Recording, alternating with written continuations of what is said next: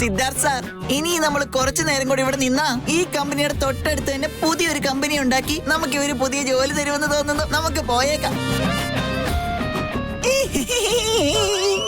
ഒരു കമ്പനിയുടെ കാര്യം കറക്റ്റ് ആയിട്ട് നോക്കാൻ പറ്റുന്നില്ല. അപ്പോഴാ അടുത്ത കമ്പനി. You continue.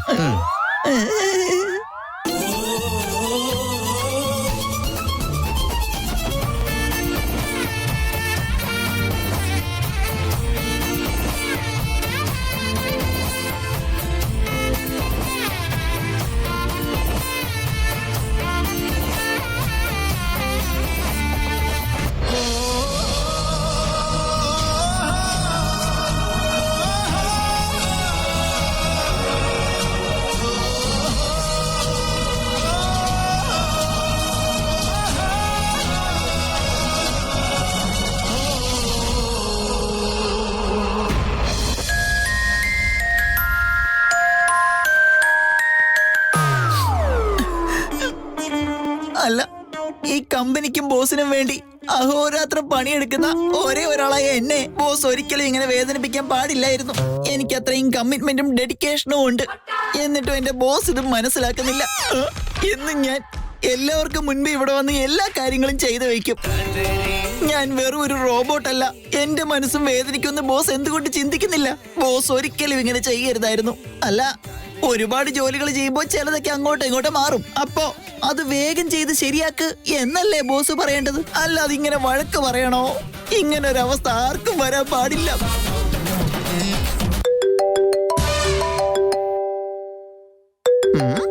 അല്ല, ഏത് ഈ അൺനോൺ നമ്പർ? ഇനി മീനും എങ്ങനെ സിമ്മ് മാറ്റിയിട്ട് എന്നെ പറ്റിക്കാൻ വേണ്ടി വിളിക്കുന്നതായിരിക്കും. Hello hello, mister Sumesh T K അല്ലേ ഇത്? Yes, T K speaking. ഞാൻ ആകാശ് ഗ്രൂപ്പ് ഓഫ് കമ്പനി മാനേജറെ സംസാരിക്കുന്നത്. സോറി, ഇന്ന് മുഴുവൻ ബോസ് ബിസി ആയിരിക്കും. ബോസിന് ഓൺലൈൻ മീറ്റിംഗിലും കിട്ടില്ല. ഇൻഫ്ലുവൻസ് ചെയ്യാൻ വേണ്ടി ദയവേത് എന്നെ വിളിക്കരുത്. എനിക്ക് സംസാരിക്കാനുള്ള നിങ്ങളോടാണ്. നിങ്ങളുടെ ബോസായിട്ട് സംസാരിക്കാൻ ഇനിയൊന്നുമില്ല. കമ്പനി കാര്യങ്ങൾ എന്നോട് സംസാരിക്കാൻ വേണ്ടി കോള് ചെയ്തെന്നോ? എന്തായാലും ഇന്നത്തെ ദിവസം അത്ര മോശമൊന്നും അല്ല. ഹലോ, നിങ്ങൾ കേൾക്കുന്നുണ്ടോ? കേൾക്കുന്നുണ്ട്. പക്ഷേ എനിക്ക് ചെറിയൊരു സംശയമുണ്ട്. എന്താ സംശയം? അത് പിന്നെ മറ്റൊന്നുമല്ല. എന്തിനാ നിങ്ങൾ എന്നെ വിളിച്ചേ? വളരെ സിൻസിയർ ആയിട്ട് വർക്ക് ചെയ്യുന്നവരെ എന്റെ ബോസ് ആകാശ് സാറിന് ഒരുപാട് ഇഷ്ടമാണ്. നിങ്ങൾക്ക് വേണ്ടി നല്ലൊരു ഓപ്പർച്യൂണിറ്റിയും ഓഫറും വരുന്നുണ്ട്. നിങ്ങൾക്ക് താല്പര്യമുണ്ടെങ്കിൽ പാക്കേജ് സംസാരിക്കാം. അത് പിന്നെ പെട്ടെന്ന് ചോദിച്ചപ്പോ എനിക്ക് കൺഫ്യൂഷൻ ആയതാ. നിങ്ങൾക്ക് ഇന്റർവ്യൂ ഉണ്ടാവില്ല. Just face to face ഇന്ററാക്ഷനും salary ഡിസ്കഷനും, അത്രേ ഉള്ളൂ. നിങ്ങൾ ഇത്രയും പറഞ്ഞ സ്ഥിതിക്ക് ഇനി ആലോചിച്ച് നിൽക്കേണ്ട കാര്യമേ ഇല്ലല്ലോ. തീർച്ചയായിട്ടും അങ്ങോട്ട് വരാം. That's great. നിങ്ങൾക്ക് വേണ്ടി ഞങ്ങൾ കാത്തിരിക്കാം.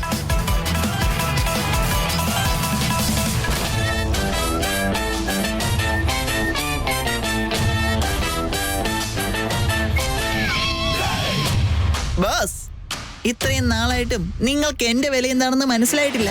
ചിലപ്പോ സാലറി കൂട്ടി തരുമെന്നുള്ളത് ഒഴിച്ചാ എനിക്ക് വേറെ ഒരു ഗുണവും ഇല്ല. മാർക്കറ്റില് എനിക്ക് ഇത്രയും വിലയുണ്ടെന്നൊക്കെ ഞാൻ ഇപ്പോഴാ മനസ്സിലാക്കിയത്. ഈ അവസരം ഞാൻ ഇപ്പൊ ഇവിടെ മിസ്സാക്കി കഴിഞ്ഞാൽ ഞാൻ അടിമക്കണ്ണായിട്ട് മാറും. ബോസിന്റെ മൂഡ് മാറുന്നതിനനുസരിച്ച് എന്റെ മൂഡും മാറും.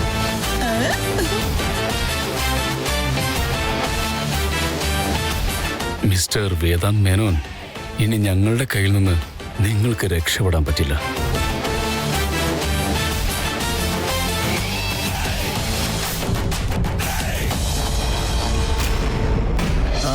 വേദാന്ത്, ഈ ഗാലക്സി എന്റർപ്രൈസസ് ഇല്ലേ, അവരുടെ ഡീല് ഫൈനൽ ചെയ്യാനുണ്ട്. റിവൈസ്ഡ് കൊട്ടേഷൻ വായിച്ചിട്ടുണ്ട്. അതൊന്ന് കംപ്ലീറ്റ് ചെയ്യണം. ആണോ? അതിനിയും സമയമില്ലടോ. അയ്യോ ഇല്ല വേദാന്ത്, അവരൊരു പുതിയ കമ്പനിയായിട്ട് ടൈപ്പ് ആവുന്ന കാര്യം പറഞ്ഞിരുന്നതാ. ഞാനാ അവരെ ഹോൾഡ് ചെയ്തത്. നമ്മളിപ്പോ ഈ മീറ്റിംഗ് നടത്തിയേ പറ്റൂ. കഴിഞ്ഞ 3 മീറ്റിംഗും പോസ്റ്റ്പോണ്ട് ആയതാ. അങ്ങനെയാണോ? ഞാൻ ഈ കാര്യം ഇതുവരെ ശ്രദ്ധിച്ചില്ലല്ലോ. ഇപ്പൊ കാര്യങ്ങളിലൊന്നും ഞാൻ ശ്രദ്ധിക്കുന്നേ ഇല്ല. വേദാന്ത് ഇപ്പോ കല്യാണത്തിന്റെ മൂഡിലല്ലേ. ഇതൊക്കെ സാധാരണ എവിടേക്ക് ചേട്ടാ. അതിനിപ്പോ ദേഷ്യപ്പെടാൻ ഞാൻ എന്താ പറഞ്ഞ്? ഞാനും പ്രണയിക്കുന്ന സമയത്ത് ഇങ്ങനെ തന്നെയായിരുന്നു. ചുറ്റും നടക്കുന്നതെല്ലാം മറന്നുപോകും. ഇപ്പൊ വേദാന്ത് സാറിനും അത് തന്നെയാ സംഭവിച്ചത്. കമോൺ സിദ്ധാർത്ഥ്, ഞാൻ പേഴ്സണൽ ലൈഫും പ്രൊഫഷണൽ ലൈഫും തമ്മിൽ മിക്സ് ചെയ്യാറില്ല. പ്രൊഫഷണൽ ലൈഫിൽ നിന്നാണല്ലോ പേഴ്സണൽ ലൈഫിലേക്ക് ഇൻവോൾവ് ചെയ്തിരിക്കുന്നത്. അതാ ഇവിടുത്തെ പ്രശ്നം.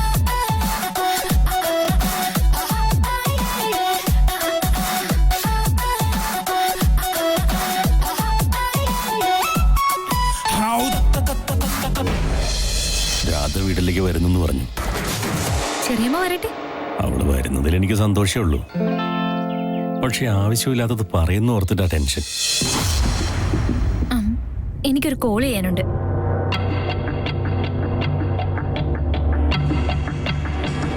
താൻ കണ്ടോ? താൻ പറഞ്ഞു കേട്ട അവക്ക് വിഷമമായി പോയത് കണ്ടോ?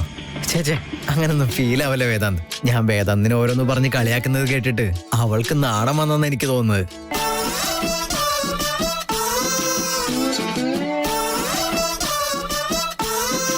താനും ആദ്യം കല്യാണം കഴിക്കുമ്പോ ഇങ്ങനെ തന്നെ ആയിരുന്നില്ലേ? എന്നിട്ടിപ്പോ എന്നെ കളിയാക്കുക? ഏത് പട്ടിക്ക് ഒരു ദിവസം ഉണ്ടെന്ന് മനസ്സിലായില്ലേ? ഞങ്ങളൊക്കെ സാധാരണ മനുഷ്യരല്ലേ. പക്ഷെ നീയോ വേദാന്ത് മേനോൻ പെൺകുട്ടികളെ കണ്ണെടുത്താ കണ്ടുവിടാന്ന് പറഞ്ഞിട്ട് എന്തൊക്കെ ബിൽഡപ്പ് ആയിരുന്നു. എന്നിട്ടിപ്പോ ഒരു പെണ്ണിന്റെ മുമ്പിൽ തലയും കുത്തി കിടക്കുന്നു. വേദാന്ത് ഈ വിശ്വാമിത്രന്റെയും മേനകയുടെയും കഥ കേട്ടിട്ടില്ലേ? അതുപോലെയുണ്ട്. കമോൺ സിദ്ധാർത്ഥ്, താൻ കൂടെ. എനിക്ക് കിട്ടിയ ഒരു ഗോൾഡൻ ചാൻസ് അല്ലേ, എന്തിനാ വെറുതെ കളയുന്നത്? പക്ഷെ സൂക്ഷിക്കണം, പെൺകുട്ടികളെ വളരെ ഡേഞ്ചറാണ്.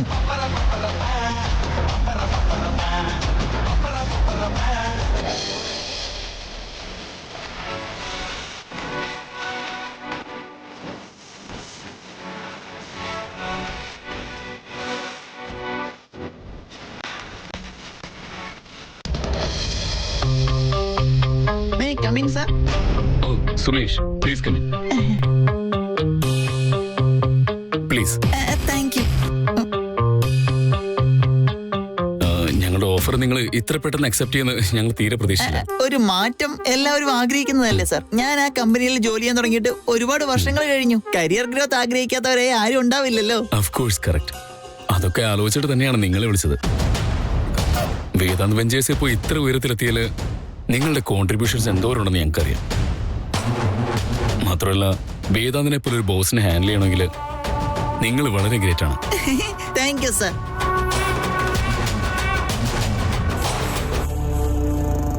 എടുത്തോളൂ.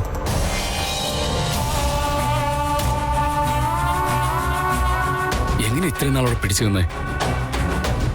വേദാന്ത് വളരെ റൂഡാണെന്ന് ഞാൻ കേട്ടിട്ടുണ്ട്. എന്റെ ബോസ് ആകാശം വേദാന്തുമായിട്ട് ഒരുപാട് വർഷത്തെ പരിചയമുണ്ട്. ഒരു കമ്പനിയിലെ എംപ്ലോയീസിന് റെസ്പെക്ട് കുറയും തോറും അവിടെ ഷെയർസും കുറയുമെന്ന് കേട്ടിട്ടുണ്ട് സാർ. അത് ഇത് ചെയ്യുന്ന പറഞ്ഞ് എപ്പോഴും പുറകെ നടന്ന എത്ര കാലം ടോളറേറ്റ് ചെയ്യാൻ പറ്റും? ശരിയാ, കമ്പനി മാത്രം വളർന്നാൽ പോരാ, വർക്കേഴ്സിന് നല്ല സന്തോഷം വേണമല്ലോ. ഞങ്ങൾ ഞങ്ങളുടെ കമ്പനിയിലെ വർക്കേഴ്സിന് ഒരുപാട് റെസ്പെക്ട് കൊടുക്കാറുണ്ട്. ഞങ്ങളുടെ ബോസായ ആകാശ് സാർ ആണെങ്കിൽ എംപ്ലോയീസിന്റെ കാര്യത്തിൽ ഇടയ്ക്കിടയ്ക്ക് ശ്രദ്ധിക്കണമെന്ന് എപ്പോഴും പറയാറുണ്ട്. നിങ്ങൾ ഇവിടേക്ക് ജോയിൻ ചെയ്തോളൂ. നിങ്ങൾക്ക് എത്രയാണോ കിട്ടിക്കൊണ്ടിരുന്നത് അതിനേക്കാൾ 40% ഹൈക്ക് കൂടുതലുണ്ട്. നിങ്ങൾക്ക് വേണ്ടി കാറുണ്ടാവും, മാത്രമല്ല സെപ്പറേറ്റ് ക്യാബിൻ പോലും ഉണ്ടാവും. ഈശ്വര, നമുക്ക് സമയമാകുമ്പോ എല്ലാം തരുമെന്ന് പറയുന്നത് എനിക്കിപ്പോഴാ മനസ്സിലായത്. സെപ്പറേറ്റ് കാറ്, സെപ്പറേറ്റ് ചേംബർ എന്നൊക്കെ പറഞ്ഞാൽ എന്താ തമാശയാണോ? കൂടുതൽ ആലോചിക്കണ്ട സുമേഷ്. ഞങ്ങളുടെ എംപ്ലോയി എൻഗേജ്മെന്റ് പ്രോഗ്രാം വളരെ നല്ലതാണ്. ഫാമിലി ഇൻഷുറൻസ് എല്ലാം ഞങ്ങൾ തന്നെ കവർ ചെയ്യും. ഇയർലി ഫോറിൻ ടൂർ ഓഫർ ഉണ്ടാവും. We are the best in business. നിങ്ങൾ ഇത്രയൊക്കെ പറഞ്ഞ സ്ഥിതിക്ക് ഇതിൽ ആലോചിക്കാൻ ഇനി എന്താ ഉള്ളത് സാർ? എനിക്ക് വളരെ സന്തോഷമുണ്ട്. എന്റെ എഫേർട്സിനെല്ലാം ഇത്രയും റിട്ടേൺസ് കിട്ടുമെന്ന് ഞാൻ ഇപ്പോഴാ മനസ്സിലാക്കിയത്. വാവ്, സൂപ്പർ. നിങ്ങൾ നാളെ തന്നെ ജോയിൻ ചെയ്തോളൂ. സാർ, നാളെ തന്നെ വരാൻ പറ്റില്ല. കമ്പനിയുടെ റൂൾസ് പ്രകാരം ഞാൻ റിസൈൻ ചെയ്ത് കഴിഞ്ഞാൽ ഒരു 2 മാസം നോട്ടീസ് പീരീഡിൽ ജോലി ചെയ്യേണ്ടി വരും. That's okay. ആക്ച്വലി നിങ്ങളവിടെ ഉണ്ടെങ്കിലേ വേദാന്തിനെ കൊണ്ട് ഞങ്ങൾക്ക് പല ഉപകാരങ്ങളുണ്ടാവും. നിങ്ങൾ എന്തായാലും ഇങ്ങോട്ട് വരികയല്ലേ, ഞങ്ങൾക്ക് വേണ്ടി ഒരു ഉപകാരം ചെയ്യേണ്ടി വരും. അതിനെന്ത് കാശ് വേണേലും ഞങ്ങൾ പേ ചെയ്തോളാം. തീർച്ചയായിട്ടും ചെയ്യാം സാർ. നിങ്ങളുടെ മുൻപിൽ ഒരു ഫയലില്ലേ, അതെടുത്തോളൂ.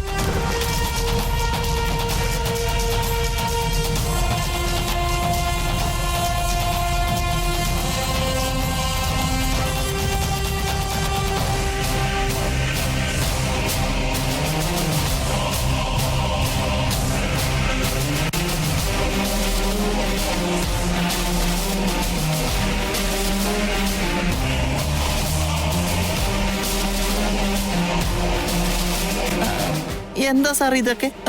വേദാന്ത് സാറിന്റെ പേരിലുള്ള ഷെയർസ് ഒക്കെ നിങ്ങളുടെ ബോസിന്റെ പേരിലേക്ക് ട്രാൻസ്ഫർ ചെയ്യാനുള്ള പേപ്പേഴ്സ് ആണോ? യെസ് സുമേഷ്, നിങ്ങൾ ആ കമ്പനിയിൽ നിന്ന് ഇറങ്ങുന്നതിന് മുമ്പ് വേദാന്തിനെ കൊണ്ട് എങ്ങനെയെങ്കിലും ഈ സ്റ്റാമ്പ് പേപ്പേഴ്സിൽ ഒപ്പിട്ട് വാങ്ങിയേ പറ്റുള്ളൂ.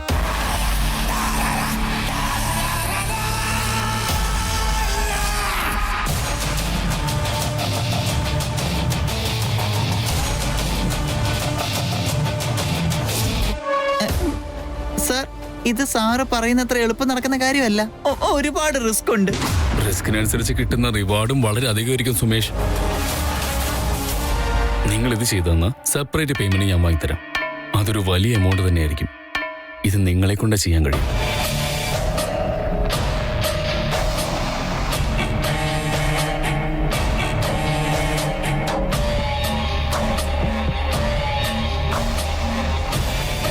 ശരി സാർ, ട്രൈ ചെയ്യാം. പക്ഷെ ഇതിന്റെ പേരിൽ നാളെ എനിക്ക് പ്രോബ്ലം ഉണ്ടായാൽ നിങ്ങളുടെ കമ്പനിയിൽ നിന്ന് സപ്പോർട്ട് ഉണ്ടാവില്ലേ? തീർച്ചയായിട്ടും ഉണ്ടാവും. അതെല്ലാം ഞങ്ങൾ നോക്കിക്കൊള്ളാം. അങ്ങനെയാണെങ്കിൽ ഓക്കെ. അപ്പൊ പോയിട്ട് വരാം സാർ. Thank you.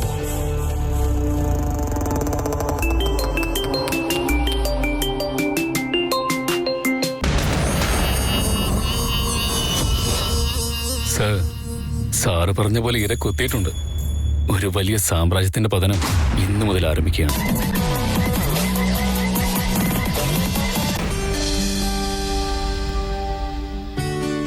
അച്ഛാ, ചെറിയമ്മ വന്നോ? ആ അമ്മു വന്നിട്ടുണ്ട്. ഇവിടെ ഇരിക്കുക. എന്താ മോളെ അമൂല്യ, എന്റെ കാര്യത്തില് നിങ്ങൾക്കൊക്കെ വലിയ ശ്രദ്ധയാണല്ലോ. അവസാനം എല്ലാവരും കൂടി ചേർന്ന് ഞാൻ പറഞ്ഞതുപോലെ തന്നെ ചെയ്തല്ലോ. ആ വേദാന്തിനെ കല്യാണം കഴിക്കാനുള്ള പ്ലാനും കൊണ്ടാണോ നീ ആ കമ്പനിയിൽ ജോയിൻ ചെയ്തേ? അതോ ആ കമ്പനിയിൽ ജോയിൻ ചെയ്ത ശേഷമുള്ള പ്ലാനാണോ ഇത്? ഈ കൂർമ്മ ബുദ്ധിയൊക്കെ ഏട്ടത്തി പഠിപ്പിച്ചതായിരിക്കുമല്ലേ? അതെ, അവൾ ഓഫീസിലാണ് നിൽക്കുന്നത്. വെറുതെ ആവശ്യമില്ലാത്തത് പറഞ്ഞ് അവളുടെ മനസ്സ് വിഷമിപ്പിക്കണ്ട.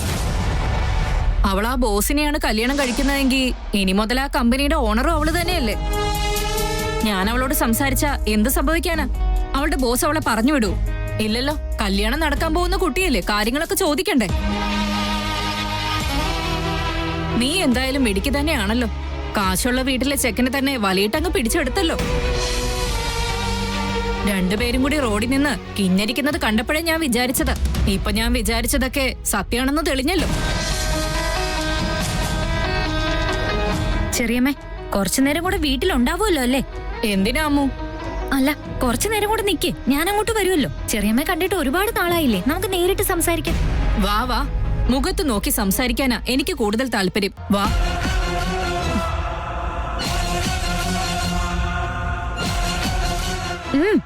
കണ്ണു കടിയെന്നൊക്കെ ഞാൻ കേട്ടിട്ടേ ഉള്ളൂ. ഇപ്പൊ കണ്ടു. ഇനി നിങ്ങളല്ല സംസാരിക്കുന്നത്, ഞാനാ സംസാരിക്കുന്നത്. അത് മുഴുവൻ നിങ്ങൾ കേൾക്കണം. ഈ റൗഡി ബേബി ആരാണെന്ന് ഇതോടെ നിങ്ങൾക്ക് മനസ്സിലാവും. കാണിച്ചു തരാം ഞാൻ.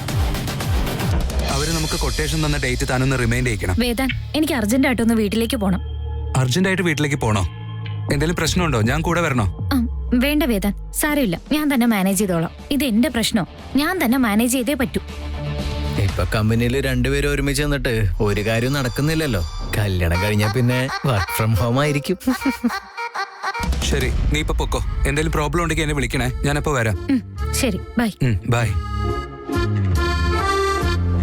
സിദ്ധാർത്ഥ്, ഞാൻ നേരത്തെ സുമേഷിനെ വഴക്ക് പറഞ്ഞതില് അവനൊരുപാട് വിഷമായി എന്ന് പറഞ്ഞില്ലേ താൻ? അവനത് സീരിയസ് ആയിട്ട് എടുത്ത് കാണുമോ? ചേച്ചേ, അങ്ങനൊന്നും ഇല്ല വേദാന്ത്. അവന്റെ കാര്യം നമുക്ക് അറിയില്ലേ. നീ അവനെ എന്തൊക്കെ പറഞ്ഞാലും ശരി, നിന്നെ അവന് ഒരുപാട് ഇഷ്ടമാണ്. അവന്റെ ഒരു പിരി ലൂസാ, പക്ഷെ അവൻ ഹാർഡ് വർക്കിംഗ് ആ. ഞാൻ നമ്മുടെ ഓഫീസിൽ ഒരാളെ ഡൗട്ട് ഇല്ലാതെ വിശ്വസിക്കുന്നുണ്ടെങ്കിൽ അത് സുമേഷിന് മാത്രമാണ്. സത്യമാണ് സിദ്ധാർത്ഥ്. അവനിവിടുന്ന് പോയി കഴിഞ്ഞാ എനിക്ക് ഇത്രയും വിശ്വസ്തനായ ഒരാളെ പിന്നെ കിട്ടില്ല.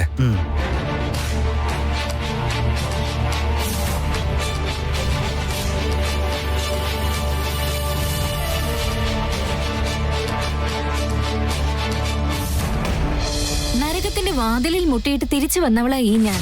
ഇനി അത്ര പെട്ടെന്നൊന്നും ഞാൻ ചാകാൻ പോകുന്നില്ല. അതൊന്നും ഓർത്ത് നീ വെറുതെ ടെൻഷൻ ആവൊന്നും വേണ്ട, ഞാനത് ഹാൻഡിൽ ചെയ്തോളാം. ശരിക്കും ഞാൻ നിന്നെ ഇപ്പൊ വിളിച്ചത് തന്നെ മറ്റൊരു കാര്യം പറയാനാ. വേദാന്തിനെ പൂട്ടാനായിട്ട് എന്തോ നീ പ്ലാൻ ചെയ്തിട്ടുണ്ടെന്ന് പറഞ്ഞില്ലേ? എന്തായി ആ കാര്യം? ഞാനൊരു കാര്യം നേടണമെന്ന് വിചാരിച്ചിട്ടുണ്ടെങ്കിൽ എന്ത് വില കൊടുത്ത് ഞാനത് നേടിയിരിക്കും. ഇപ്പൊ വേദാന്തിന്റെ പേഴ്സണൽ അസിസ്റ്റന്റ് നമ്മുടെ ഭാഗത്തേക്ക് തിരിഞ്ഞിട്ടുണ്ട്. ഇനി അവൻ നമ്മളോട് വേദാന്തിന്റെ എല്ലാ സീക്രട്സും പറഞ്ഞു തരാൻ റെഡി ആയിരിക്കും. വേദാന്തിനെ നമ്മുടെ വലയിൽ വീഴ്ത്താൻ കഴിയും, അതിലൊരു സംശയം വേണ്ട. അവൻ ഇനി എന്തൊക്കെ ഐഡിയ ഉപയോഗിച്ചാലും ശരി, അവൻ ഇനി രക്ഷപ്പെടാൻ കഴിയില്ല. അവന് നിന്നെ കല്യാണം കഴിക്കുക എന്നുള്ളതല്ലാതെ മറ്റൊരു ഓപ്ഷനും ഉണ്ടാവില്ല. അങ്ങനെ മാറ്റിയെടുക്കും ഞാൻ. പക്ഷേ ഒരു കാര്യം മനസ്സിലുണ്ടാവണം ബ്രോ, വേദ് എന്റെ മാത്രമാണ്. ഞാൻ കല്യാണം കഴിക്കാൻ പോകുന്ന എന്റെ ചെക്കൻ. നിങ്ങളൊക്കെ എന്ത് പ്ലാൻ ചെയ്താലും ശരി, ആ പ്ലാനും കൊണ്ട് അവൻ ഒരിക്കലും ഒരു പ്രശ്നവും ഉണ്ടാകരുത്. കമോൺ അഹല്യ, നിന്നെ തീരെ ഇഷ്ടമല്ലാത്ത ഒരാൾക്ക് വേണ്ടി എന്തിനാ ഇങ്ങനെയൊക്കെ പറയുന്നത്? അവൻ എന്നോട് ഒരു താല്പര്യവും ഇല്ലെങ്കിലും എനിക്ക് എപ്പോഴും അവൻ ജീവൻ തന്നെയാ. ഞാനിനി അവന്റെ കൂടെയല്ലേ ജീവിക്കാൻ പോകുന്നെ. അപ്പൊ അവന്റെ പ്രശ്നങ്ങള് എന്റെയും കൂടി പ്രശ്നങ്ങളല്ലേ. അതൊരിക്കലും ചേട്ടൻ മറക്കരുത്. ആയിക്കോട്ടെ മോളെ, നിനക്ക് എന്താണോ ഇഷ്ടം അതുപോലെ നിന്റെ ചേട്ടൻ പ്രവർത്തിക്കുള്ളൂ. നിന്റെയും വേദാന്തിന്റെയും കല്യാണം ഈ ചേട്ടൻ നടത്തി തന്നിരിക്കും.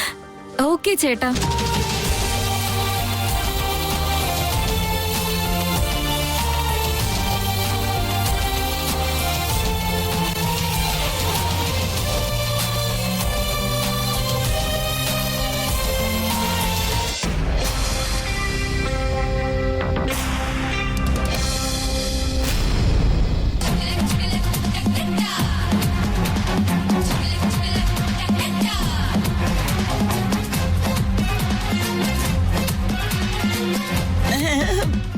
ബോസ്, ഇതിൽ കുറച്ച് ബില്ലുകളും പിന്നെ പുതിയ കമ്പനിയായിട്ട് ടൈപ്പ് ചെയ്യുന്നതിനുള്ള ഡോക്യുമെന്റ്സും ഉണ്ട്. എല്ലാത്തിലും ബോസിന്റെ സൈൻ വേണം.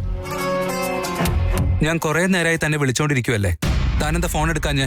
അവിടെ ചോദിച്ചപ്പോ ഓഫീസിൽ നിന്ന് പോയി എന്ന് പറഞ്ഞു. താൻ എങ്ങോട്ടാ പോയെ? അത് പിന്നെ കുറച്ച് പേഴ്സണൽ കാര്യങ്ങളുണ്ടായിരുന്നു. അതാ ഡ്യൂട്ടി ടൈമിൽ പുറത്തു പോയേ. ഇന്ന് ഗാലക്സി എന്റർപ്രൈസസിന്റെ ഡീൽ ഒന്ന് നോക്കണം. താൻ കൊട്ടേഷന്റെ സോഫ്റ്റ് കോപ്പി അവർക്ക് അയക്കുകയും വേണം. ആൻഡ് നമ്മുടെ റിവേഴ്സ് കൊട്ടേഷൻ ഇന്ന് അവർക്ക് മെയിൽ ചെയ്യണ്ടേ, റൈറ്റ്? അതെ ബോസ്, ഈ ഫയലിൽ അതെല്ലാം റെഡിയാക്കിയിട്ടുണ്ട്.